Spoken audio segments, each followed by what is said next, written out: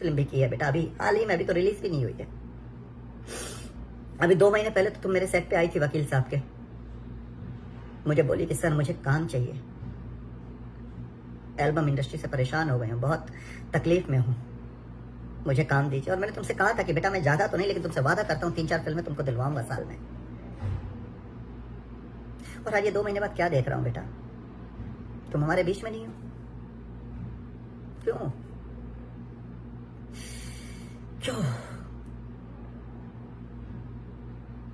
ऐसी क्या तकलीफें हो जाती हैं यार। तुम सिर्फ अकेली परेशान नहीं थी बेटा, तकलीफें तो बहुत सारी आती हैं, बहुत सारे लोग तकलीफ देते हैं, लेकिन उसकी वजह से खुद को खत्म कर लेना उसका हल नहीं है।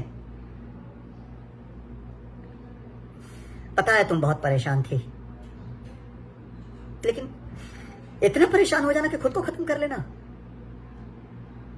ये अच्छा नहीं है बेटा। मुझे भी इस इंडस्ट्री वालों ने बहुत परेशान किया। हम जब मंच पे आते हैं तो बोलते हैं कि मैं फलाना, मैं ढिमकाना।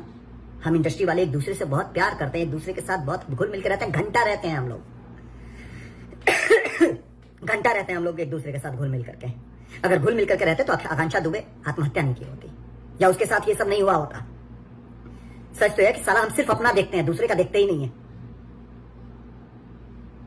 बहुत ना जख्म लेकर के सीने में चलता हूं मैं, यहाँ पे खोलना चाहूं मैं आकर के ना तो बहुत सारे लोग नंगे हो जाएंगे। जब बड़े बड़े एक्टर मेरा नाम कटवाते थे अपनी फिल्मों से, डायरेक्टर प्रोड्यूसर बुला करके बोलते थे कि ये रोल आप कर रहे हैं, यस जी ये रोल फलाना कर रहे हैं, और पता चलता था कि फलाना ने मेरे को इस फिल्म से निकलवा दिया, फलाना एक्टर को रखवा दिया, क्योंकि मैं सिंगर नहीं हूं।